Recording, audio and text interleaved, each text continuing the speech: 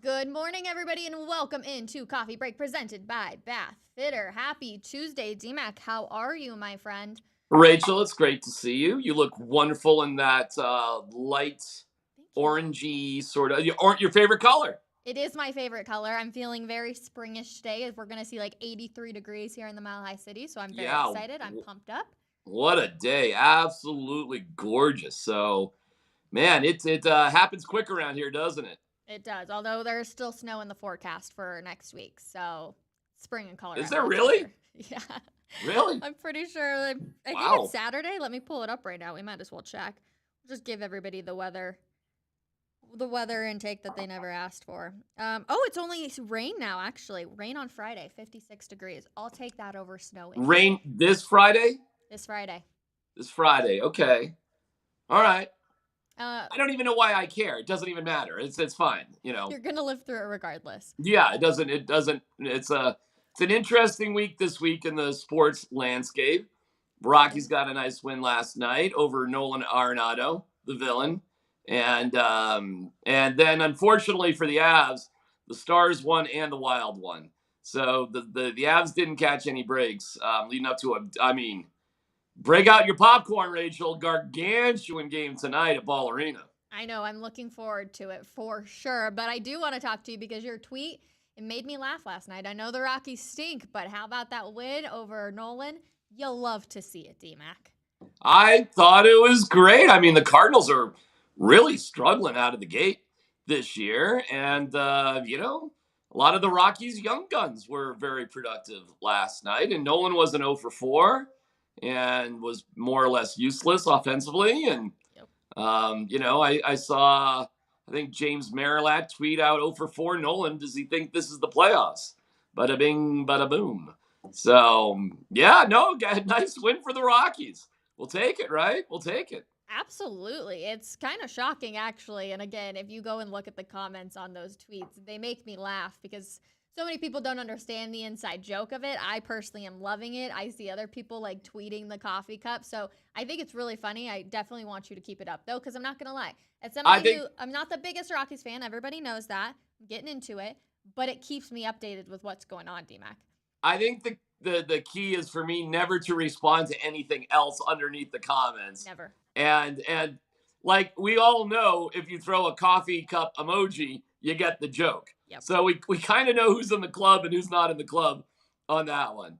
So yeah, here we go. I like it. It saves me a lot more time than writing about every game, that's for sure. So, and I guess if you wanted to keep tabs about how the Rockies season went, Yeah. if you just get a 1-line, 2-line comment about it. Now, to just dig a little bit deeper, Herman Marquez goes out in the fourth inning with tightness in his arm, Yep. and that's concerning. That is concerning because even for a mediocre season at best, Herman Marquez is between him and Kyle Freeland, I guess, but I would say Marquez is your number one pitcher. Is it concerning because brutal. it's so early on in the season? Because the way Bud Black kind of made it sound, or at least how I read it and heard it, was that it was more precautionary than anything. Well, we'll see. I don't think Bud went unless he went to Bud Black, doctor school. Do they call it doctor school? I think they also said they were going to get it checked out today. Okay. And see. So I don't know. It's not great, Rachel. You don't love to see a pitcher come out of a game early when he's doing all right because of any arm issues whatsoever. Yeah. So it's definitely not a great thing. No. And we'll knock on wood. It's with these hockey players and other players, lower body, upper body. You always find paths to get through things. Once you have arm issues for pitchers, it's almost like an instant season death sentence, Yep. depending on what we're talking about. So it's not good. You'd rather have, in a lot of ways, you'd rather have a broken bone rather than some sort of ligament issue or, the things that, again, I did not go to doctor school, but it's concerning, very concerning.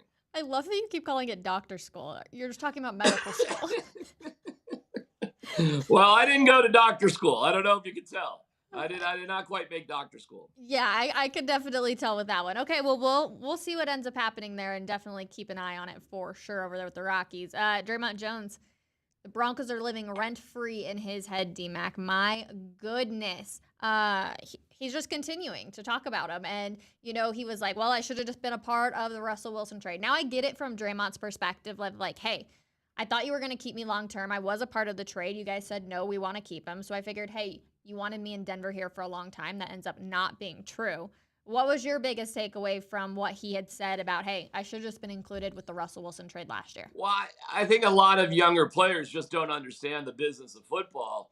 And he said the Broncos disrespected him. Did he Yeah. take it too personal? Well, I think he just didn't interpret it right whatsoever. It's the reason.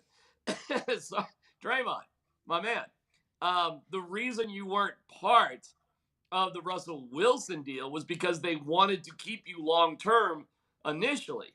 They also wanted to keep Patrick Surtain. Okay, so chill out, dude. I mean, you weren't being disrespected by the Broncos, at least not then. The people being disrespected by the Broncos were Shelby Harris, Noah Fant, and Drew Lock. They were just kind of thrown into the deal because there were 2 firsts and 2 seconds involved, Rachel. Yeah. I mean, the Broncos held on to you. The Broncos did not want to let you go. Mhm. How is that an insult? And the Broncos did negotiate with you, but they liked Zach Allen better. I mean, if you want to be insulted by that, fine. But to say that, they just should have put me into the deal. No, dude, you don't get it. If you were being Shelby Harris, Noah Fant, Drew Lock, Rachel, those were the guys that were disrespected. Yeah. They're like the flotsam and jetsam of the Russell Wilson deal. I mean, no, Draymond, it wasn't like that. But he's just ticked off because he had a lousy last year here. I guess he didn't like the offers that he got. Rachel, he did get offers. If he wanted to stay with the Broncos, he could have. I don't know if it was to the financial benefit that he got with the Seahawks. Probably not. And at the end of the day, the Broncos were just like, forget it. We like Zach Allen enough. And that's that. So I like Draymond quite a bit, but he couldn't be more wrong on this one. Do you think also the fact that they were able to bring somebody in that he's heard, so many great positive things and how everybody loves him, how VJ loves him, that he's also feeling a little bit of that, well, I should be better than that. Like, I am better than that. When you get your personal feelings into it, and again, everyone does it. If I got replaced too, I would be like, what the heck? But it's the business of football. So I'm like, all right, Draymond, we heard you. You had your time. This was like a month ago at this point. Just let it go. I guess, he's on a Zoom call, interview sort of thing. And I think he's always been very honest. I'll never forget when he ripped on Urban Meyer, his ex-coach at Ohio State, which, like, that hardly ever happens. So I like Draymond. I think he's honest to a fault. I think he got this one wrong. And, there's some harsh realities when teams move on from you one way or another. Mm-hmm. I mean, it sucks. Hopefully the, 17, 18 million he makes a year, Rachel, makes him feel better about it. So I think he's going to be okay. And I think Draymond is a good player, but he's not Aaron Donald, okay? But the market was relatively weak and soft for inside defensive linemen. And, he lucked out. Everything worked out for Draymond. If he wants to keep that as a chip on his shoulder to motivate him, fine. I certainly wouldn't hold it against him. Like I said a million times, he's a good dude. And, now he's a Seahawk. And if he wants to just let it rip, I mean, go for it, dude. It's entertaining for us. Looking back, that's the truth. Looking back now, if you would have made this deal, would you have included Draymond and maybe kept Shelby Harris? No, I would not have done that. Would you have sent all of them? I think what they gave away was just, well, listen, the deal was stupid. It was just a bad deal. But the worst part of the deal wasn't giving away Drew Lock, Noah Fant, and Shelby Harris. The worst part was giving away all the draft picks. Sure. But I don't think the Seahawks would have, well, maybe I guess they would have, but I just find it hard to believe that they wouldn't have done the deal if you would have taken away one of the first or second round picks. You know, Rachel, the deal is so preposterous at this point that you just it's hard to justify any part of it. It is unbelievable the Seahawks got what they got. And I saw a tweet earlier today about all the players because you got to figure out what they got. I mean, they got high quality draft picks last year. Sure. And now they're going to have the 5th and the 36th, I think, something like that. And I saw Mel Kiper's mock, and this is really interesting. It has them moving back into the 30s, which I love doing. I'm an advocate of moving into the 30s. It's only happened 3 times. Patrick Ramsey, Lamar Jackson, and Teddy Bridgewater. Those are the only 3 quarterbacks in NFL history taken 30, 31, or 32. And Kiper's mock has them moving to 36 to 30 to get Hendon Hooker. Now, I'm a little weirded out by that because I've said it a million times. If you're going to draft a quarterback and you're sitting at 5 and you're going to do it anyways, go ahead and do it. But Mel Kiper's mock, check this out, has quarterbacks going 1, 2, 3, and 4. It's wild. And so I wouldn't mess around if I was the Seahawks in terms of quarterbacks. But if you get lucky and you can figure it out like the Ravens got so lucky with Lamar Jackson, then go for it. Because that 5th year option is meaningful. And instead of taking a quarterback stupidly in the 2nd round, you move up a little bit. And really, this only applies for teams that have multiple first-round picks.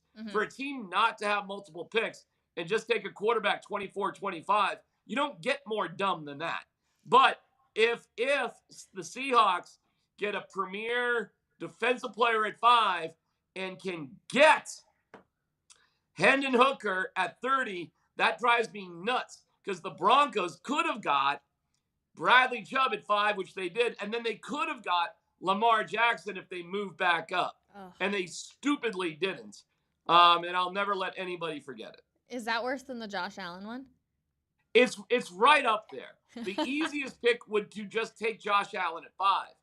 But, and I was on live on the Fan for draft coverage, and I'm sitting there like, holy cow, John Elway can bail himself out of his previous stupidity because you have Lamar Jackson. So I'm on the draft coverage, and everybody else on the draft coverage was not paying attention. We were at a bar. There might have been a few goods, and we were committed to doing live draft coverage. But you got to imagine this. We had pick 5 and then nothing for 3 hours. Yeah. And I'm sitting there by my lonesome, like saying, hey, this could still work. Like this could actually, this could borderline be better. All you got to, then the Ravens did it. And it was so frustrating. So yeah, did he miss out just on Josh Allen? Sure, absolutely. But he could have been fine. He could have saved the day and arguably been better getting Chubb and then Lamar Jackson. So it appears, according to Mel Kiper, that's going to be the Seahawks strategy. Okay, well, Premier player at 5, defensive player, and then Hendon Hooker at 30, according to Mel Kiper. And frankly, I think that's a brilliant move. Well, let's see what Andrew Mason thinks, too. If he's on the Chubb, Lamar Jackson, or Josh Allen being one of the bigger disappointments, we'll bring him in here shortly. Because it's kind of interesting when you do look back on that. Andrew Mason, good morning. Good morning. How are you guys doing? Good. How are you? I'm great. It's a beautiful Tuesday morning everywhere, it seems like. It's beautiful in Colorado. It's beautiful here in Wisconsin. It's just gorgeous everywhere. I'm happy to be here. I'm with you. Okay, so real quick, are you on the Chubb Jackson train was the worst or missing out on Josh Allen? I'm on the missing out on Josh Allen train because, first of all, John Elway, the way he talked about quarterbacks at the Combine in those 2 years, he talked about quarterbacks being able to work under center, and that was really never Lamar Jackson's game. Lamar Jackson, it wasn't going to happen. Josh Allen's still the big miss. And the funny thing is I was reminded of Josh Allen because I actually found myself going back through Broncos Twitter this morning because I wanted to see how they covered the first day of workouts and how what they put out there compared to this year, just to kind of see, if they were going to truly be anonymous donors this year, as Sean Payton said. And here I'm looking at a tweet from April 9th, 2018. We hosted Josh Allen at the UC Health Training Center today as part of our pre-draft evaluation. Oh, man. Wow. Wow. Wow. That stings a little bit. So we know that John Elway wasn't at Pro Day, even though Gary Kubiak and others were. Elway was at the competition committee that meeting them, but then a couple of weeks later, Josh Allen was in the building for the Broncos, and he was around them for a week at the Senior Bowl. Right. Still, I mean, that's what it comes down to, is basically having Josh Allen in their backyard, in their midst, and passing. That I think is the sin of it. You know what kills me too is I understand the type of quarterback they wanted, right? That sort of thing. Mm-hmm. But you could have taken a flyer on Lamar Jackson at 30, 31, 32. I would have loved it. I would have loved it if they'd done that. So let's just say, okay, but he's still there. Like, don't give up on the draft. Don't stop working the draft until the draft's all the way done. They got Courtland Sutton early in the second round that year.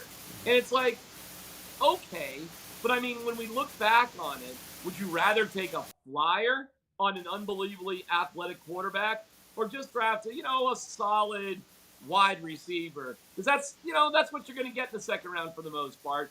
And that's what Courtland Sutton has been a very solid wide receiver. But I understand what Seattle may be thinking, according to Mel Kiper. That's where the Broncos should have been. Take a dominant defensive player, and then let's take a flyer, and let's get everything we can out of them with the fifth-year option. If they pull it off, it's absolutely brilliant. It would give Hendon Hooker 2 years, because I think the length of Geno Smith's contract is 3. That means he's good for 2. It would give 2 years of tutelage to get healthy. And what are you giving up on anyway? I mean, you already had another first-round pick. You already are going to get your big-time defensive player. You'll have other picks, too. I mean, even if you think you may need help in the future, it's such a brilliant thing to do to draft high and come back in. It's risky because you could lose that quarterback. I mean, that is the truth.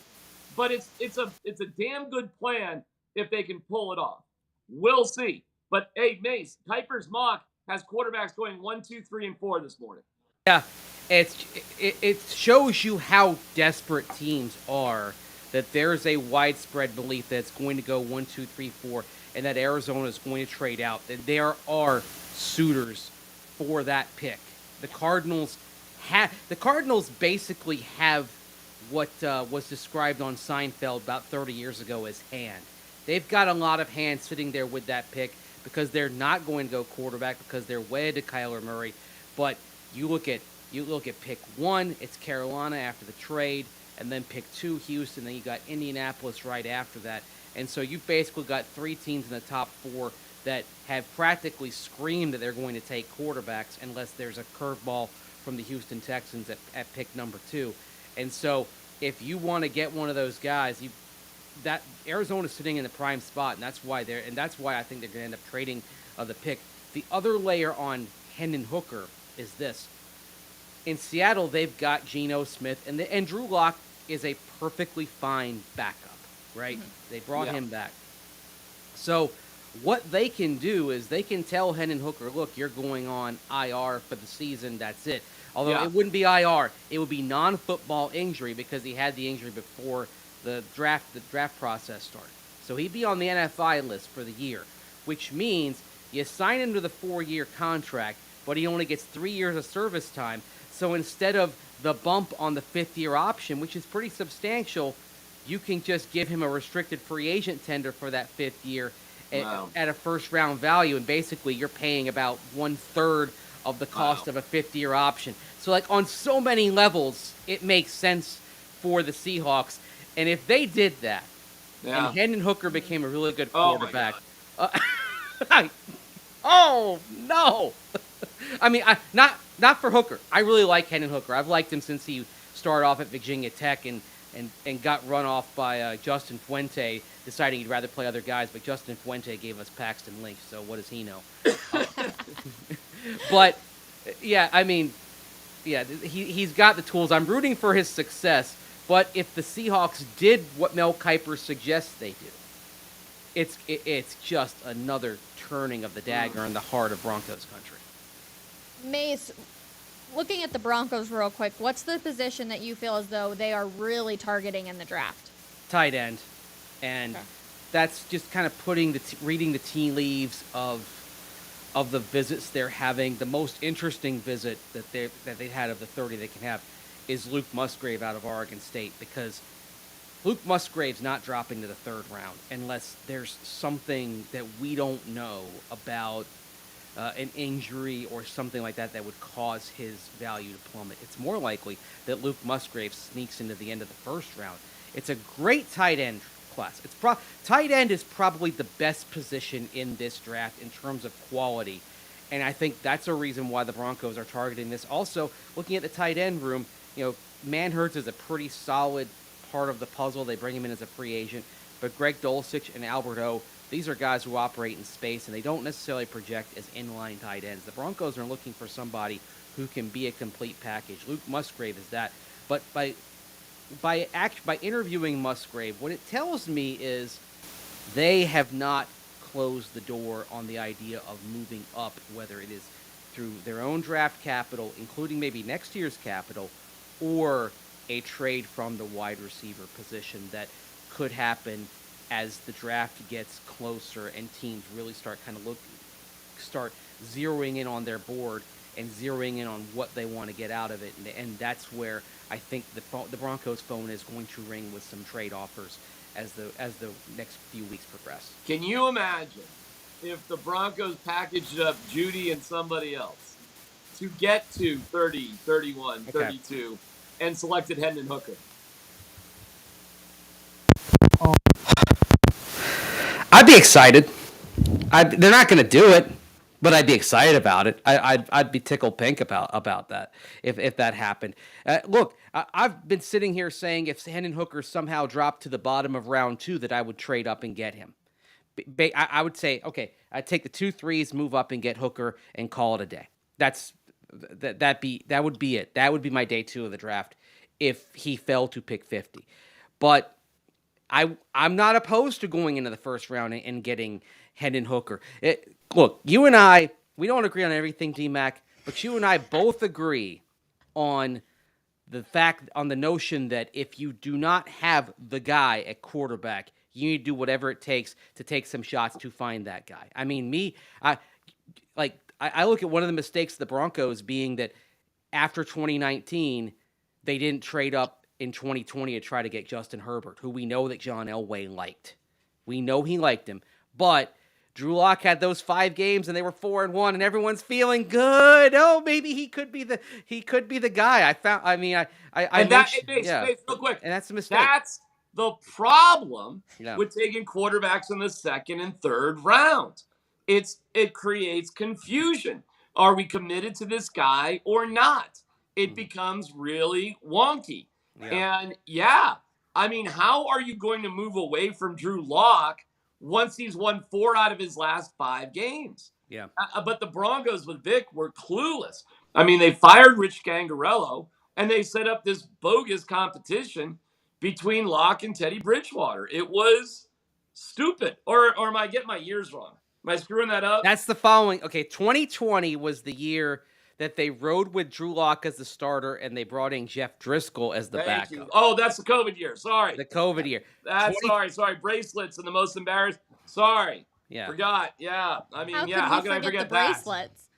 Well, that's when they were like children smashing bracelets and meeting and breaking COVID rules. I mean, the Broncos, for all their talk about how serious they were about COVID, there's not many organizations that could have taken it less seriously, as it turns out, than the Denver Broncos. And I don't blame the management and personnel people. I think it was the coaches. I don't think Elway was strong enough and insistent enough. I think he probably blew it off. And I think they were just trying to get away with crap. And it stung them big time. And they were so obnoxiously arrogant. The one thing we said repeatedly was to take a quarterback and stick him somewhere else, like the Buffalo Bills did with Jake Fromm. Learn from a distance, have a different schedule than everybody else, but still be a quarterback. And you could have done it. It would have been a weird existence to do it, but you could have. And don't forget, guys, there were 4 quarterbacks in that room when that happened. 4. Can you name all 4? All right, you have Drew Lock. Yep. You have Jeff Driscoll, Brett Rippon, And Blake Bortles, who is the one who should have been away. You said it at the time. I said it at the time. Blake Bortles should have been sitting at his place in Jacksonville, just doing things virtually, being in virtual meetings and going out back and throwing and throwing with a friend or a family member and staying the heck away. And then when all that went down, you could have sent the plane down to Jacksonville, picked him up, flown him in, and you would have had a quarterback. Yep. For that game. And you they would spared the embarrassment. They had time to adjust to that. Yeah. They didn't. And that was the NFL's way of punishing the Broncos for their other misdeeds. Like, they could have figured out a reason. Well, Vic got fined earlier in the year, remember? Yeah, that's right. Yeah. That's right. And listen, the NFL had a game on a Wednesday that year, okay? They could have had some sympathy for the Broncos, like having sympathy for the devil, and pushed the game. But they were like, forget it, Broncos. You've been irresponsible. You earned this. Tough luck. And John was all upset and crying to the commissioner, and they say, start Philip Lindsay. He's got a brilliant XFL career coming. Yeah. Yeah. Well, the thing is also, and this is where the quarterbacks were incredibly stupid. Ugh. You don't attempt to lie about it. Right. In a place where there are cameras freaking everywhere at UC Health Training Center. They thought they were going to get away with that. That's not only arrogant, it's stupid. Yeah, and by the way, that was the first time? I don't believe it. I think that probably had been going on all year, and I remember Drew Lock's mom saying, oh, my boy was just trying hard. Your boy was irresponsible, and he's a grown man, and he's a quarterback of a team, and he blew a great opportunity for himself because he was too much of a child to succumb to the peer pressure. He was. I don't think it was Drew Lock's idea, but so what? Listen, man, when you're the quarterback, when you're QB1, you're the man. You got to act like it. You got to be like that. You got to be that person. And Drew just wasn't. I like Drew. I saw that he got married, I think, last weekend. There was a beautiful picture of him. I saw it on social media. Good for him. Yeah, I think so. And I got nothing but good things to say all in all about Drew, but it was a terrible moment. And again, to go back to Mace's first point, when you draft a quarterback in the 2nd or 3rd round, it creates confusion as to what their role really is. Mm-hmm. So when you say, Mace, they should have moved up, got Justin Herbert, well, yeah, I mean, of course, but you decided to screw that pooch when you decided to take Drew Lock in the 2nd round. I mean, bad. Don't do it. Don't ever do it. I get it with Jalen Hurts. And if you think there's more guys like Jalen Hurts falling off the coconuts off the coconut tree, you're sadly mistaken. Yeah. I'm loving the comments. Somebody said we were the stepchild that season. The crime is always in the cover-up. I love the comment. It's the truth, too. It is. Mace, as always, we appreciate you taking some time. Thank you so much. OTAs begin today. Are the Broncos participating, though? I guess that's my final question for you. They are participating. Today was the day that Sean Payton said that they were going to get things started. But I'll tell you what, I keep looking at the Broncos social media channels, right? Anonymous donors is the phrase that we've heard. Mm-hmm.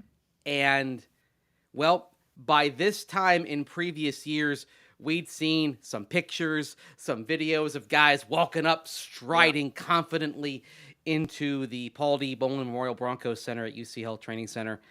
We've seen nothing so far. Hey, was this the day that Russell Wilson showed up in his own shirt?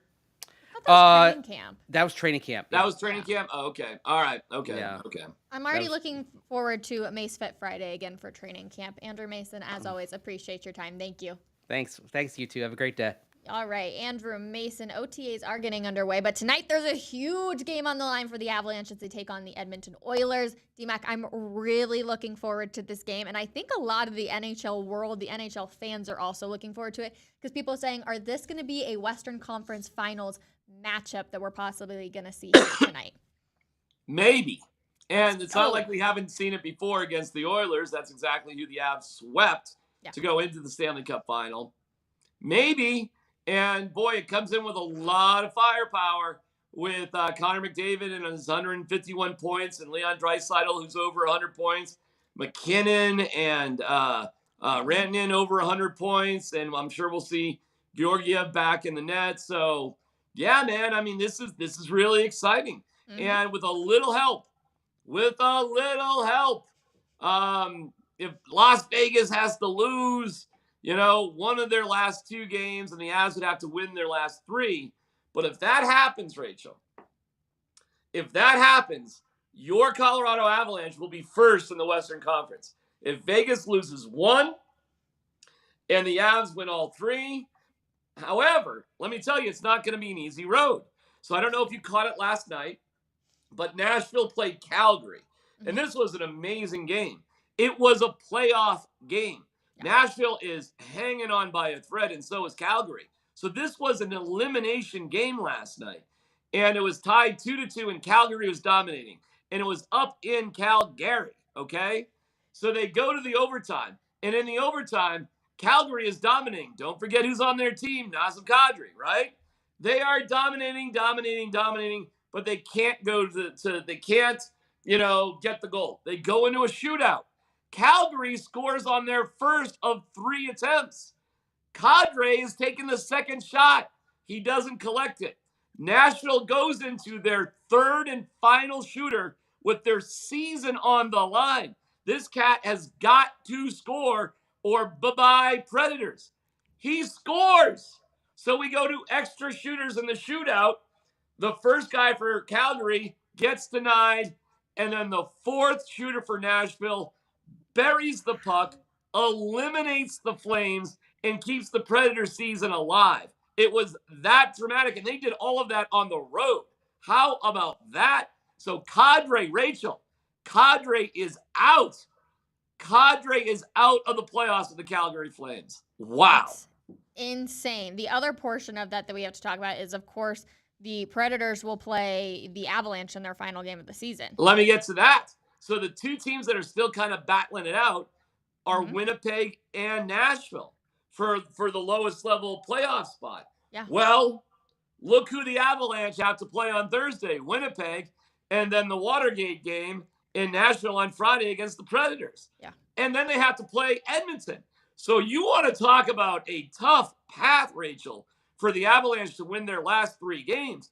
You got to beat a team that has 1 more point than you. Granted, you got a game in hand to Edmonton, but they got 1 more point than you. And then you got to take on 2 teams that are, killing themselves to make the playoffs and figure things out. So it's not going to be easy. In fact, it should be a virtual hockey bloodbath for these next 3 games for the Avs. But Rach, would you have it any other way? I mean, it's hockey. And now we get into this type of intensity. So it's not the playoffs, but it's damn close. I mean, these are all 3 games with all 3 teams that it matters. Yep. These games matter for all the teams involved. So it should be a really dramatic finish to the end of the season. It's going to be fun. And the Golden Knights are playing the Kraken for the next 2 games. So they play them tonight and then Thursday night as well. So they've kind of got essentially a back-to-back with the Kraken. If the Avalanche win the Central, which is still going to be tricky, because you have to keep in mind, if they're tied with the Stars at the end of the year, the tiebreaker is regulation wins, and the Avs can't catch the Stars in regulation wins if they're tied. So and they're ahead of the Stars right now, so they do control their own destiny.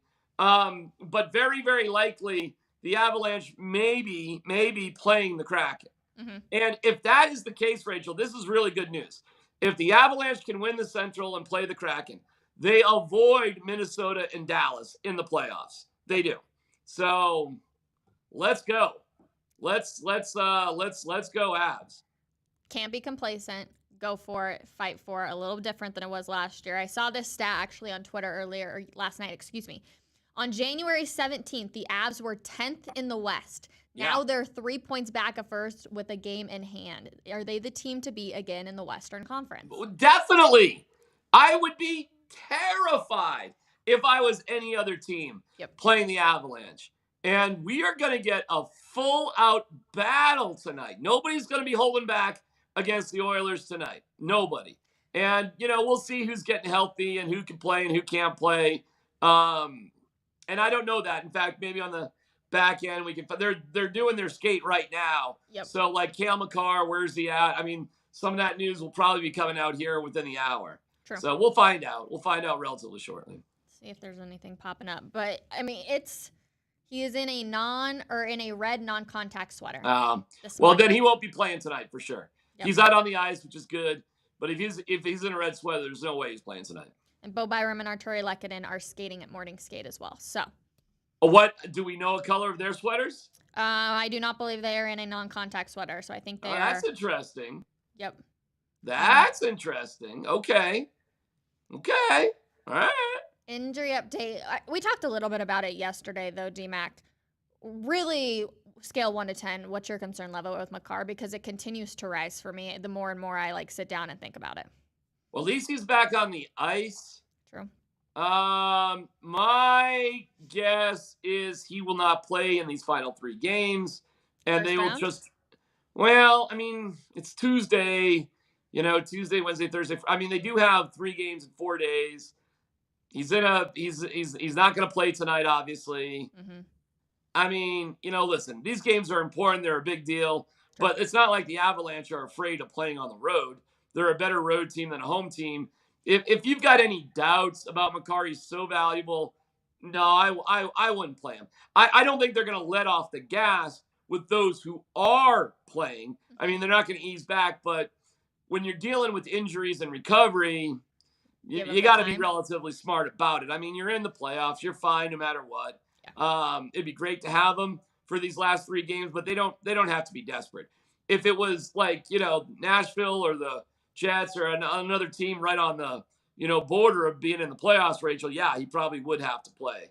So how concerned am I? I feel better that he's on the ice today.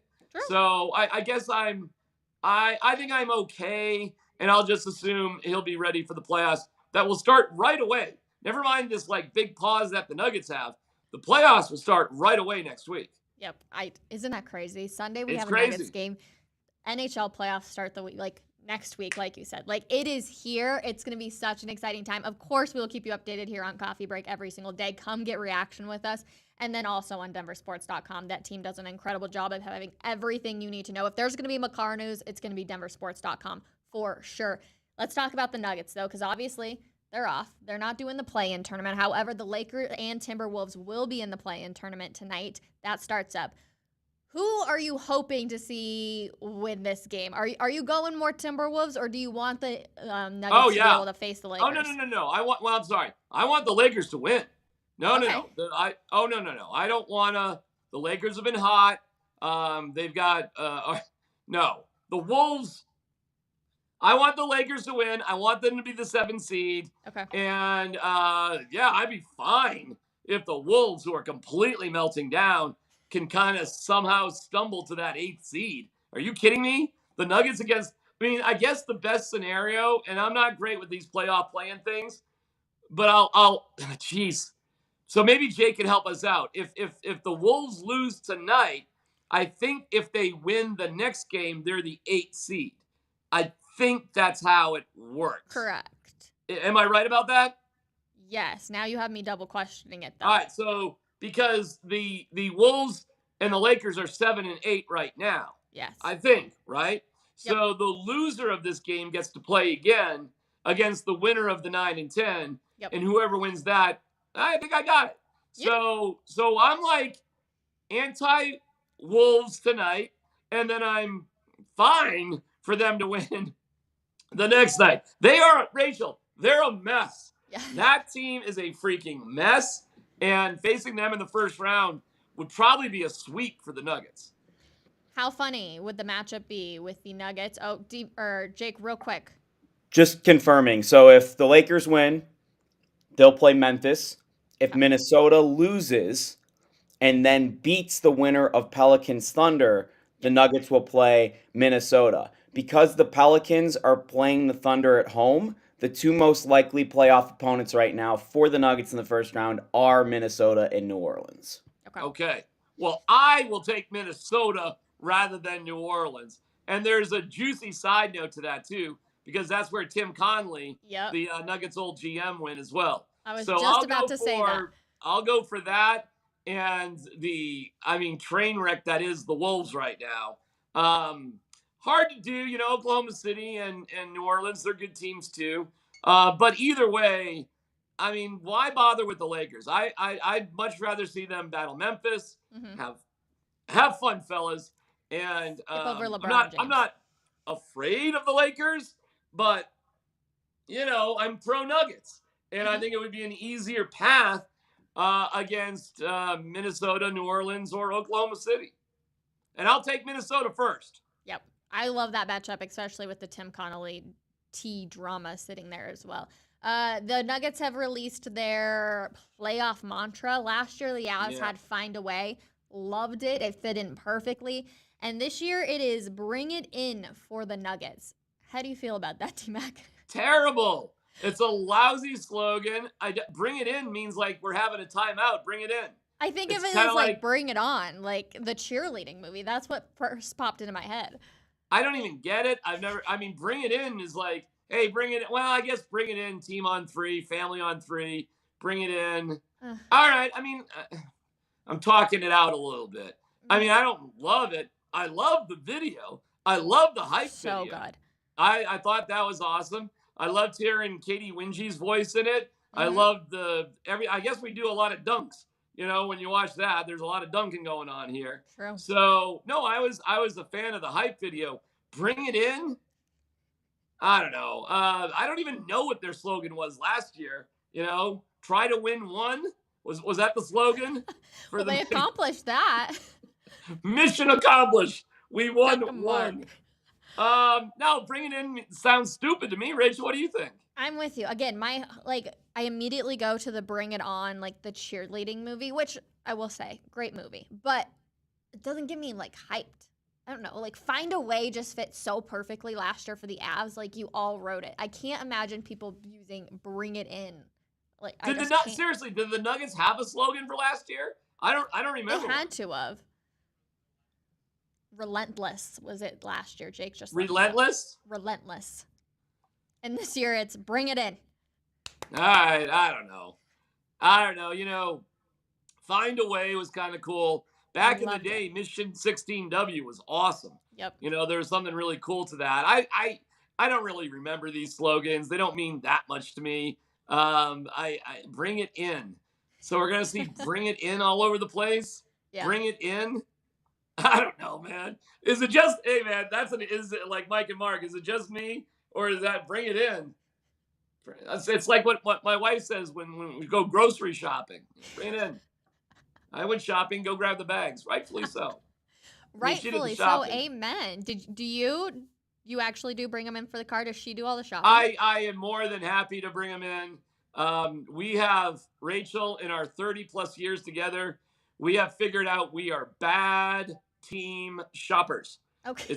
It's not what we do well, and we forced ourselves to do it together for the benefit of the children to show mom and dad working together. But we have quickly realized she likes doing it and I don't. And I am just an anchor on her cruise ship. And she really does have her way of doing it. And we have figured out life, Rachel. The further you go as a couple in life, when you can avoid conflicts, do it. And have your own hobbies, and don't be afraid of spending time away from each other so that the time together can be better. And if you can do that, you probably can stay married for a long time.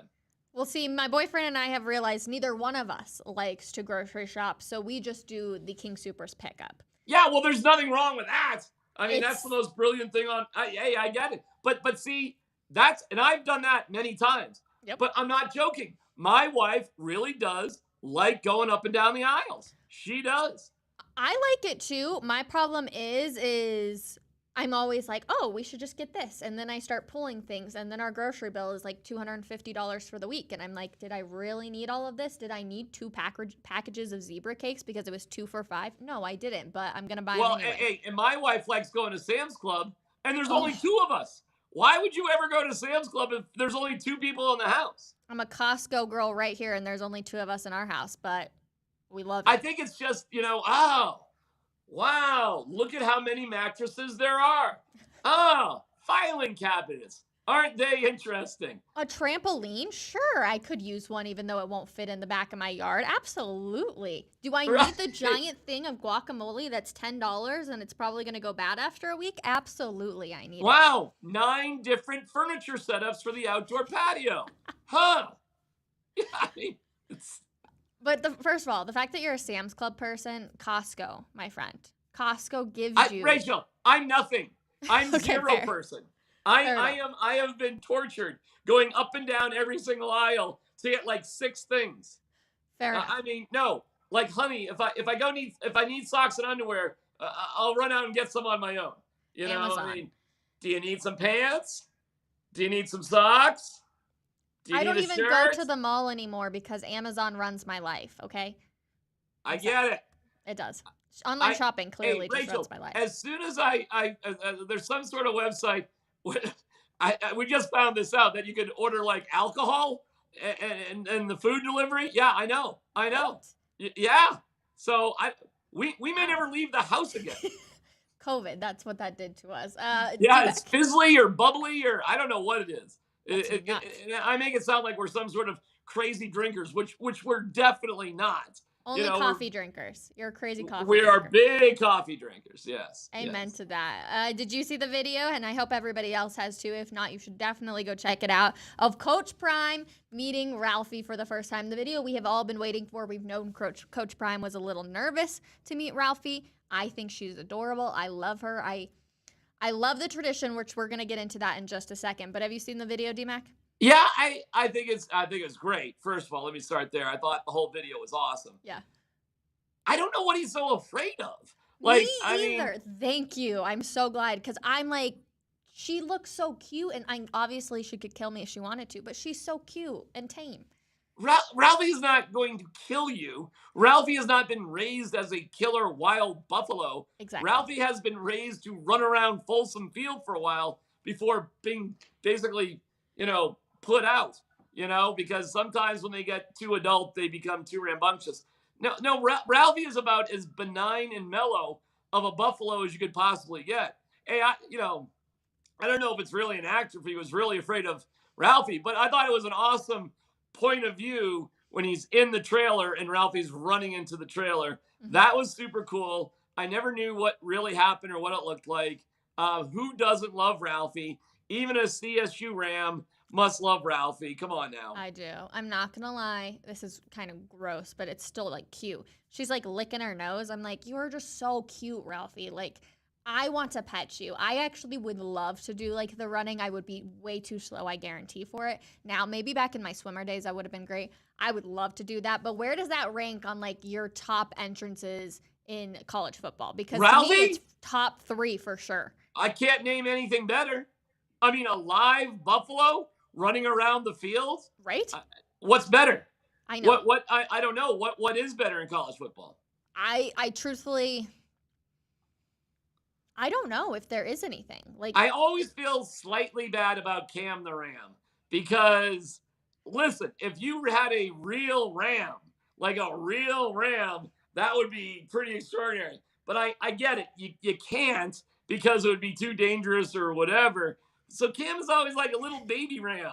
It's like this little teeny thing. It feels like they're just like, come on, Cam. Cam's got some good horns on him, okay?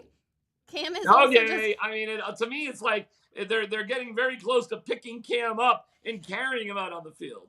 Honestly, every single time I've seen Cam the Ram, he just looks like he wants to take a nap. Like, he is just there, just ready to lay down. He's not excited. I will give it If I have to take something from CU, I will give it to Ralphie. That's Now, for what sure. would be amazing? It'll never happen, of course. But what would be amazing if 2 Rams started at the, at the goal line, ran to the 50, and then did a geesh. That would be so cool. If there's something like that, then dude, you win. But instead, it's like, come on, Cam, come on, Cammy. No. Poor like Cam that. the Ram. Okay, well, to get us a little bit hyped up, we do have the video of Coach Okay. Prime meeting Ralphie, so let's roll it. All right, take one hand, keep it cupped, kind of like this. Like that. Yeah, just like that, like you're feeding a horse. Come here, baby. Yep. Keep your thumb and your fingers stiff. Okay, let's go together because we go down, we're going to go together. Here we go, baby. We're going to go together. Lord, that tongue is like a brick. It's like a piece of sandpaper. It'll scrape Oh my you. God. All right, are you hanging out to see the first run? Yeah, I want to see it. That's perfect. So we're gonna leave you in here for the first run. You're going to leave me in here? Yeah. This is So the what best you view. mean? This will be here. She's not gonna come get you. Okay, how does she finish in the trailer? You'll get to see firsthand. Yeah, So you're she gonna find runs out. Into the trailer, stops, and you're good to go. So she already knows what time. Oh yeah, she knows what's coming. Wow.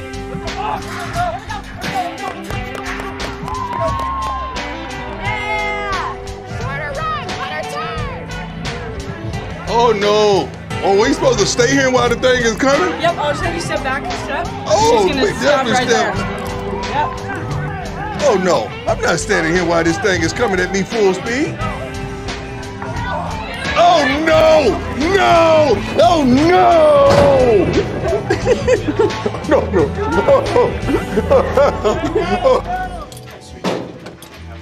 You staying in there, Coach? You coming out? Ralphie was intimidating.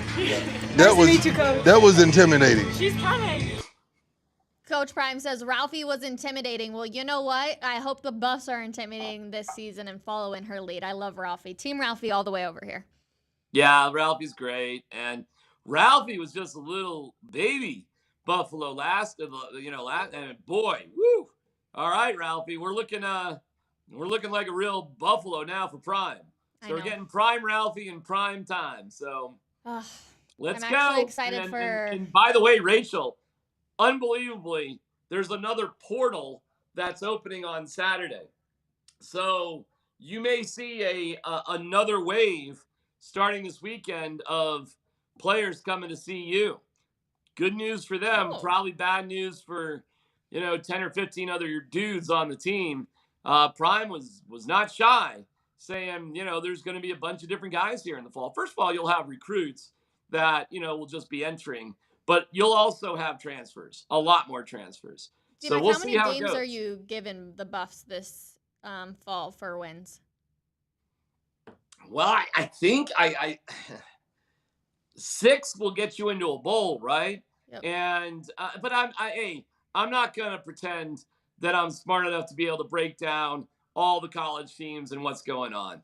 I don't know. I don't know what's going on at like Washington State. Yeah. I don't know what Oregon's doing this year. I don't know how USC, UCLA are shaping up. Mm-hmm. I don't even know how CSU is doing. Who knows? So with college football, with college football, I just put on my fan hat and I cheer for the teams. Mm-hmm. So how many wins? I don't know. I mean, I would hope 6, Rachel. I would hope they would be in a bowl game. And I would hope in a couple years when they expand to probably 12 playoff teams, I hope with Coach Prime, you're one of the top 12 teams in the country. I mean, I hope all those things. So we'll see how it goes, but that's my hope. One of the things that I've appreciated about Coach Prime so far is how he's really embodied CU. And I have a friend who's a realtor, and he actually sold Coach Prime his house. And he just said, he really wanted to experience Boulder and the mountains and Colorado. And that's where he wanted to live. And you can just tell that he really embodies everything when it comes to it. And I appreciate that out of Coach Prime. He's not trying to be anything else. He's not trying to do that. He's just trying to embody where he's actually at. And I think that's really cool. I think it's hard to replicate the atmosphere of the SEC. Okay.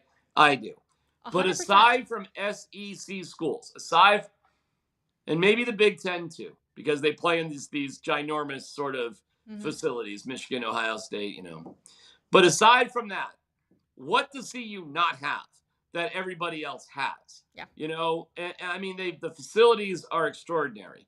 The enthusiasm as they've sold out the spring game is remarkable. The coach is a national celebrity. The environment is top notch. Yep. So what exactly does CU not have that UCLA has, or Oregon has, or Nebraska has? I mean, what is it that they don't? And I think the answer is nothing. So I think the expectations, Rachel, should be a team that wins 9-10 games a year, every year. Yeah. I mean, if there's nothing else that separates them from the competition, and they even have NIL dollars rolling in, Rach. So if there's nothing that separates them and everything is, great, then I would expect them to have great success. So I'll hope for 6 wins this year and 11 wins the next year. And Shedeur theoretically will have 2 more years of college football. Boy, he looks the part. Shedeur Sanders. He looks Doesn't he? He looks like the real deal. That's for sure. I know. It's going to be fun this fall. Real quick, 2 games. We got the Rockies. Again, are they going to beat the Cardinals? Is Nolan going to strike out again? How you feeling about the Rockies tonight? Well, apparently the Cardinals suck, so sure, why not? Absolutely. Let's take I it. don't know I'm what the going with the pitching- Rocks. Well, I don't know what the pitching matchups are tonight, so True. I assume it's Freeland, and I don't know who's dealing for the Cardinals. I'll take Jake's it. there. I don't know if he knows, but listen, I'll just. I don't know. What's that? Well, I don't know anything about Miles Mikolas, so I'll go with the Freeland and the Freelanders, and I'll take the Rockies. And then we missed it earlier on in the show. Who are you taking between the Avalanche and the Oilers? I'll take the Avs in like a 5-3 bloodbath. An empty netter late in the game and just an absolute drag them down, fast, exciting hockey game tonight at Ball Arena. That starts at 7:30 and is on ESPN. And I did see a note just as we were coming on the air that there will be no blackouts for the Nuggets or the Avalanche. Yep. That's a good decision. I think 100%. Kroenke Sports got a little wonky with them blacking out a TNT game for the Avalanche. They got a lot of negative feedback on that one. I don't think it's time right now to turn the screws on this 4-year-long TV thing. Not now. That was a mistake, and I'm glad to see everything's cleared up so all the fans can watch the teams in the first round. I think that's great. Absolutely. Let us know if you're going to be watching the Avalanche game tonight. Like D-Mac said, it'll be on ESPN. So tag us on Twitter if you do end up watching and how you're watching, and hopefully the Avs get a win. I'm feeling a little iffy about tonight. I won't lie to you, D-Mac, but I'm hoping for a win, absolutely. And, of course, we'll be back tomorrow morning to talk all about it. And, again, hopefully we get a W. My W. I know everyone makes fun of me for that one, but hopefully tomorrow we can be talking about that and the continued rise to hopefully first in the West. We will see everybody tomorrow morning, 10:30 a.m. for another episode of Coffee Break. Appreciate y'all hanging out with us, and we'll see you guys then. Bye, everybody.